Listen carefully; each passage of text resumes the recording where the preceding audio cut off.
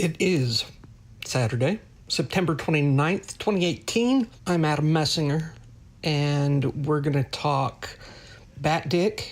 We're also going to talk about Brie Bella kicking people in the head, knocking them out. And we might even have a new sponsor. So stick around, because this is not life. If you're reading Saga or crying from the Muir, he'll deliver a sunset flip, so hold secure. He's got comic books and wrestling all night. This is not live with Adam Messinger. Adam S. Messinger. So I know you just heard an awesome song, but I'm about to give a rendition of my own. I hope you guys enjoy it. Batdick, na na na na na na na, Batdick, na na na na na na, Batdick, na na na na na na na, Batdick, na na na na na na na, Batdick, Batdick, Batdick. That's right. Batdick is the theme of our comics episode. And quite honestly, I'm just using Batdick for clickbait, because I'm going to talk about Batman Damned #1, where there is Batman's penis. But quite frankly, I felt like that whole thing was blown out of proportion. I also gave no fucks when it came to that panel. I was really annoyed because I wanted to read it, and it was fucking, the day it came out, it like shot up to $50 on eBay for an $8 comic. Shit's fucking ridiculous. So I'll give you the premise of the story. I'm not going to really give a whole lot of spoilers, but the whole thing is Batman meets up with John Constantine. It turns out somebody has passed away. Somebody close to Batman. Somebody you won't expect, I'll tell you that. And Batman sees it as his duty to go to the afterlife and pull them out and bring them back to life, because he feels responsible for what has happened. With that, that's kind of the basic premise of it all. John Constantine narrates the entire book, and I'm not a huge Hellblazer fan, so I found a lot of his narration kind of boring. And I'm not, again, I don't really know him that well, and I feel like they didn't do a good job establishing him in this. Lee Bermejo does art. Brian Azzarello does writing. Lee Bermejo fucking kills it. His art is so fucking good, and his rendition of Batman is as iconic as anybody else's out there. Part of what makes Lee Bermejo's art so impressive, and it does give that iconic flair to Batman, is the fact that he has his very own rendition of the costume that he knows inside and out. He's been drawing for years. And it's one of those things that when you see a cover of his Batman, which has been on several books, it's his Batman. It's not Batman in general. It's a very specific rendition of Batman. And it's fun to see him draw his Batman just going around doing shit. He's done several Batman projects, and all of them have looked great. And he's really turned the character into his own. Brian Azzarello has a pedigree for writing Batman. He wrote Batman Broken City with Eduardo Rizzo on art. He did a Flashpoint Batman miniseries. There's several stories that Brian Azzarello has done with Batman and John Constantine, and I'm a huge Azzarello fan, so for me, the creative team just sold this book. Honestly, I probably would have just ignored Batdick had this creative team not been on it. It's going to be 3 issues, and they're all oversized. They're like magazine size, which is a pain in the ass in the fact that trying to fit it with the rest of my comics in a box and having a bag and board that are magazine size is just really impractical, and a lot of comic shops don't have it. The comic shop I picked this up from didn't have a bag and a board, and That was really annoying. So there's, that small inconvenience. I would say this book is not worth the whatever the fuck it is on eBay. I think it's like $50 right now. It's definitely not worth that. It's a decent book. It's not Azzarello's best, I'll tell you that. And Lee Bermejo is really the reason to pick up this book, at least issue 1. You got 2 more issues, so it could turn around and just be fucking incredible. But as of now, as of just basing it on issue 1, not that entertaining. It was all right. I would recommend waiting for the trade on this. Now, DC has already said they're not reprinting this book, which is fucking insane in my opinion, because you're leaving a ton of money on the table. And you're also going to have a lot of people doing speculator shit. I picked this issue up at Comics Experience in San Francisco, and I overheard the cashier talking with her coworker about people coming in by the droves and trying to buy multiple copies of this, and like not just multiple copies, but trying to buy like double-digit multiple copies and that kind of shit. So yeah, it's going to be, you trying to find this book is going to be next to fucking impossible if you're really desperate to read it. I would recommend Comixology if you can't wait for the trade. It's $8 on Comixology. It's $8 on the fucking MSRP. But as I said, the secondary market has kind of cannibalized that and shot that up. One thing I do really enjoy about this book that I forgot to mention earlier is the fact that it's the debut of Batman, of not just Batman, but DC's Black Label. For those of you who are old enough to remember, back in the late 80s, all through the 90s, into some of the 2000s, DC had a imprint called Elseworlds. Elseworlds allowed different interpretations of all the DC iconic characters, and they essentially let creators run wild with their pitch on different ways to tell Superman's story or different ways to tell Batman's story, and all of it out of continuity. One of the biggest examples of this is Kingdom Come by Alex Ross and Mark Waid, where you had the tale of an aging Superman who's left society and become a farmer, and then he went off to, basically all the heroes went wild. And it was one of those things that had to be out of continuity. And with the with the DC Black Label, what they've done is they've essentially resurrected that Elseworlds, which I think they stopped in like 2010, 2008, something like that. That's when they officially stopped it. And the Black Label is going to essentially resurrect that idea. Batman Damned is not firmly in continuity, so you don't need to know anything going into it. It's just kind of basic shit. And I think that with the Black Label stuff, their intention is to make stuff that's going to stay in print in trade paperback collections continuously, which is, from a business perspective, a pretty smart move. This isn't the only Black Label book they have planned, so I'm curious how this is going to set up the entire imprint, and if it's going to have a larger impact on the imprint. Now, to be fair, TMZ isn't going to report on every Black Label book. It's not like Kelly Sue DeConnick and Phil Jimenez is going to be showing Wonder Woman's tits and all that shit in their Amazon thing. So, the whole Batdick thing is pretty childish, and I feel like that was perpetuated by TMZ.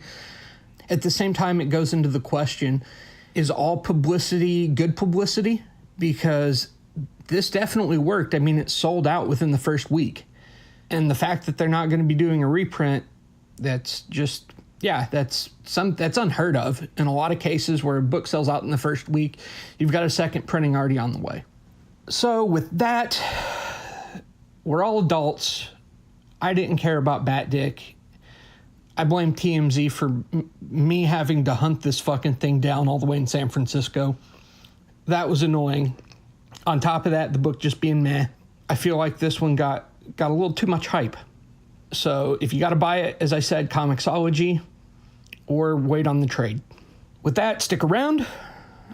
I've got to talk to you about something, and one of those things is wrestling. The other thing is Junk in the Trunk Comics on Instagram. Now, for those of you who don't know of Junk in the Trunk Comics, they are a very great comic shop, but they're a very specific comic shop. If you're looking for key issues, such as Wolverine #1 by Claremont and Miller, or if you're looking for Crow memorabilia, or maybe Secret Wars #8, those holy grails that you've always been searching for your comic collection, they have those at Junk in the Trunk Comics. Now, if you're a huge superhero fan, it's not just all that stuff. He's added a fun element to this, and the fact that he raffles stuff. That's right. You can put in a $10 raffle and get a copy of Amazing Spider-Man 300 or Amazing Spider-Man 301. That's just an example. He does plenty of raffles all the time. I just entered one. I took 3 spots. It was $10 each. I didn't come up on the winning end, but it was a fun process to watch. It really was. I enjoyed it, and the prospect of getting, $150, $200 item for as little as $10 is, it's always fun to have that feeling of, I just got this awesome thing for super cheap. So for all you comic fans and superhero fans looking for those specific back issues, visit junk, the letter N, _the trunk _comics, COMIXOG. Tell them Adam sent you. And you can also keep an eye out here because we'll be doing a special raffle coming up. We haven't 100% set the date yet, but we're looking at possibly within the next 2 weeks where you can win an exclusive item through this very podcast. So shout out to Junk in the Trunk Comics. Thank you for your sponsorship. Guys, go visit him. Give him a follow on Instagram. It's a lot of fun. So let's chat wrestling, y'all. We had Raw and SmackDown this week. And I got to say, some pretty impressive stuff there. Sometimes I'm like, as you know, I'm like, fuck WWE. I'm tired of this boring bullshit. But I feel like the writers had some good stuff this week. We'll start off with Raw. Stephanie comes out of a limo with Triple H, rips Baron Corbin a new asshole, and then puts him in the main event because that's what you do if you want to make sense. And the big question here is Baron Corbin even ready to be in the main event? He's had a mid-card place since he's come to the main roster a few years ago. Even Corbin being an authority figure comes off as him not being taken seriously because he is a mid-card dude. And of course he has no control over the show because he's a mid-card dude. But Stephanie decides she's going to give him the chance to right his wrongs with a 6-person tag match against the Shield. I was pretty excited about that. That got rid of my Baron Corbin doubts real quickly because I was just excited to see the Shield wrestle as a unit again. Then we see a Shield promo, and the Dogs of War come out. They start talking about Dean Ambrose not having a title. He's the only one out of Roman Reigns and Dean Ambrose and Seth Rollins out of the 3 of them to not have a title. It definitely planted that seed of doubt in his mind, and that was really cool to see Dean Ambrose being like, nah, these are my brothers. And you could tell he had it was just a very subtle, like, yeah, these are my brothers, but is there truth to what they're saying, that I'm being used and they don't care about me? And so it was really strong work. Strowman didn't talk a whole lot. And I thought that was smart. They let Dolph Ziggler and Drew McIntyre talk for the Dogs of War. this really highlighted how well Drew McIntyre is on promos. He drove home a lot of the important points, and this guy is going to be, he's going to be fire. He's going to be one of the top dudes. I love seeing him in the ring already, and this story is just prepping him for what will eventually be a huge run, I believe.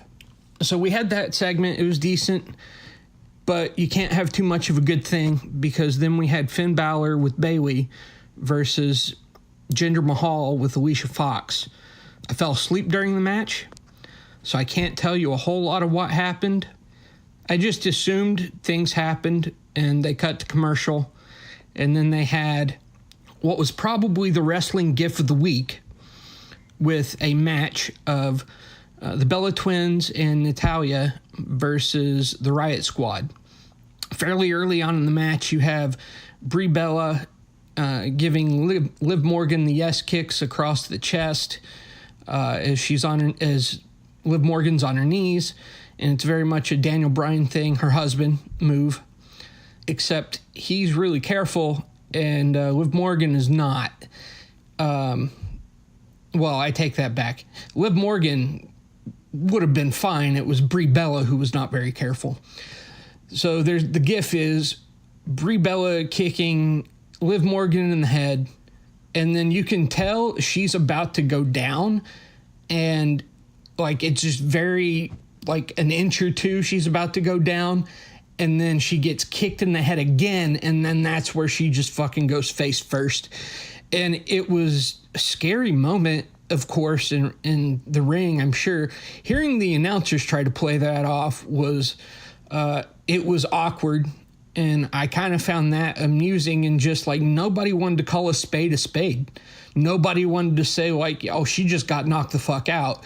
They were trying to cover it, and it was like, dude, we just saw Brie Bella knock someone unconscious.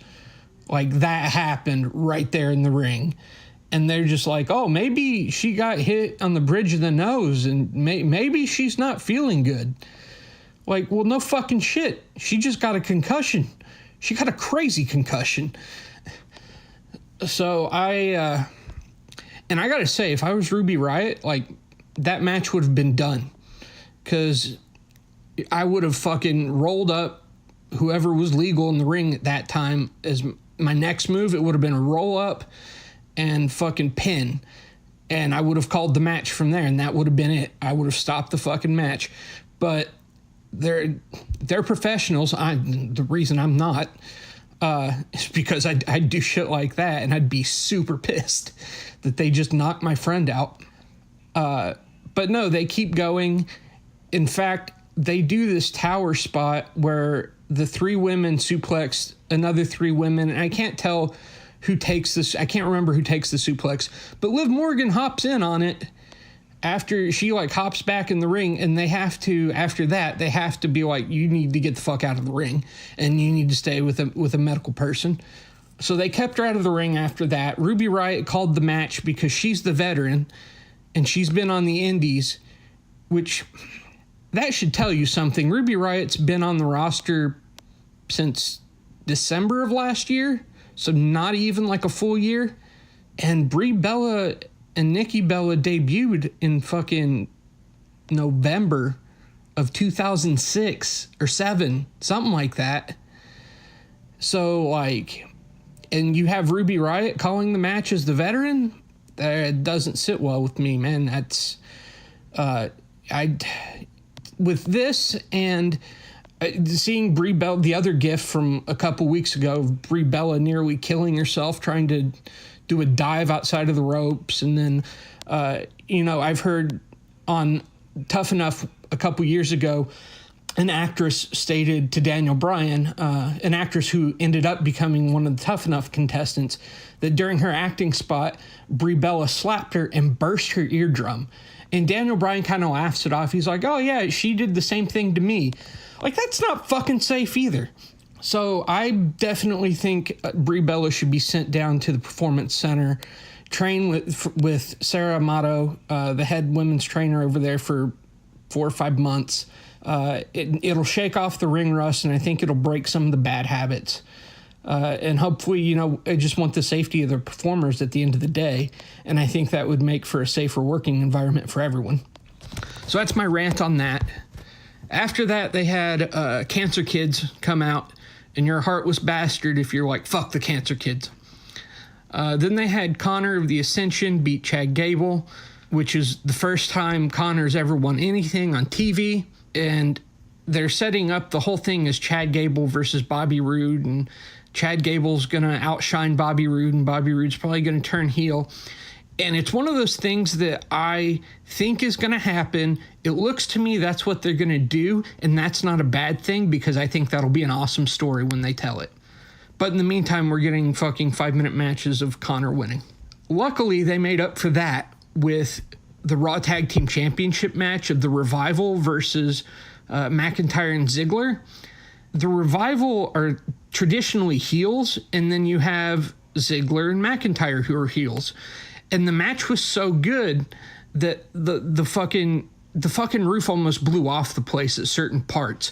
That even though they're both bad guys, they should be booed. Like, the match was so exciting that there were several near falls. People almost, they thought for sure that tag team titles were changing. They got me on several spots. I was like, they're not going to give the titles to the Revival, are they? So, I mean, it was a really good match. If you get a chance and you can only see one wrestling thing this week for a match, go check that match out. They had a Bobby Lashley segment after that. It was him and Elias and Kevin Owens, and I don't know. I didn't really care, so I would like to. I'd like to care about those guys, but I don't. Don't give a fuck. That story is stupid. Then they had Drew McIntyre talk to Seth Rollins about... it was Seth Rollins talking to Drew McIntyre, and he just basically said, like, oh, we're not using Dean, you're the Dogs of War are using you. And it definitely made him it planted that seeded out there and made him think. And then the next segment was, or the next thing they did was they showed McIntyre going to Dean Ambrose and saying, like, your brother came up to me and said pretty much the same things I said to you. Either they're trying to get a 4-person Shield or they're trying to replace you. So you make up your mind on that. And when he said 4-person Shield, I almost lost my shit. It's like, that would be amazing if they could get somebody else in the Shield. My only concern is that they get more people, and I really don't want that. I think a 3-person Shield is essential. A 4th person could be cool, but after that, you cut it off. The next match was Nia Jax with Ember Moon versus Alicia Fox with Mickey, James, and Alexa. So right after they do Alicia Fox's intro and ring announcement, the commentary team cuts to Alicia Fox and is like, or not Alicia Fox. The commentary team cuts to Alexa Bliss and says, Alexa Bliss is wearing this for Connor's cure, and you can own her jacket and gloves if you bid, da-da-da-da. And I'm like, she's the fucking top bad guy in fucking the women's division. Why are we having her help the Cancer Kids? She's a bad guy. So that didn't make any sense to me. I was happy to see Nia Jax chance. Everybody was getting behind Nia Jax in that match. The match was okay. It was a decent TV match. But it was. I love seeing Nia Jax on TV. So that was cool. The main event was Authors of Pain, who assisted Baron Corbin in their 6-man tag match. It was funny because that was what I called at the very beginning of the shows. I'm watching it. I'm sitting there thinking, oh, 6-man tag? Yeah, Baron's going to get the Authors of Pain because those dudes are fucking giants. So they had that, and then versus the Shield. And it was a decent match. I enjoyed it. You had the Dogs of War coming out, and McIntyre had told Dean Ambrose in their exchange, like, if you want our help, just nod and we'll come help you. So you had almost like a 3-way stare down between the 3 teams, even though the Dogs of War were not involved in that match. it was pretty good TV. It was pretty good TV, that storyline. I normally don't like Baron Corbin, but if they can slowly build him like this, I think he could be a main eventer, a true main eventer, somebody people would be willing to pay to see in a couple years. So with that, we have SmackDown. It started out with a Truth TV instead of Miz TV. And I love R-Truth. He's always been hilarious to me. They've done crazy shit with him. I've been a huge fan of his since his heel turn in like 2012, and he was seeing people that weren't there. Loved it. So I was excited to see him. Then next to him is Carmella. And she teamed with him last week, and I guess she's a good guy now after fucking having a heel run with the title and being the top heel, women's heel on SmackDown.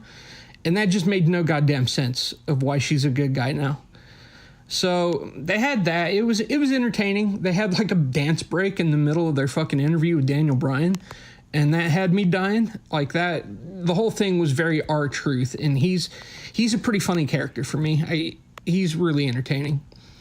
That led to a match with R-Truth and The Miz for control of Miz TV.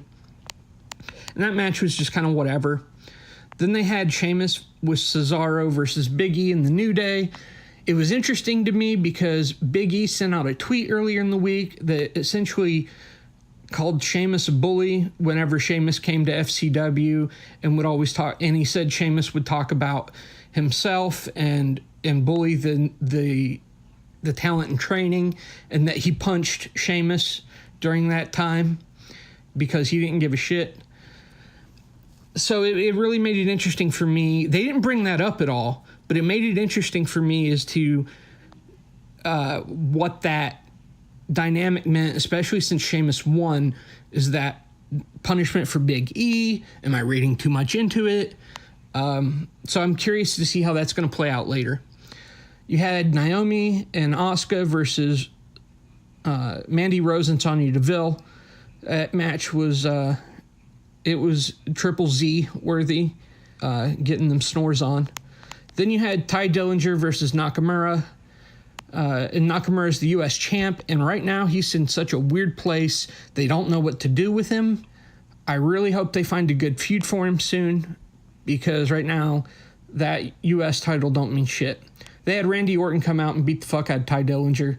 Randy Orton doesn't have anything to do either, so I'm curious as to if they're going to find things for those two guys. You had Lana versus Becky Lynch, and that match wasn't that good, but Becky Lynch was awesome. She's probably one of my favorite characters on the show now. So that was fun to see her. You had, earlier in the night, there was a segment where Aiden English came out and Rusev's like, I demand answers for you betraying me last week.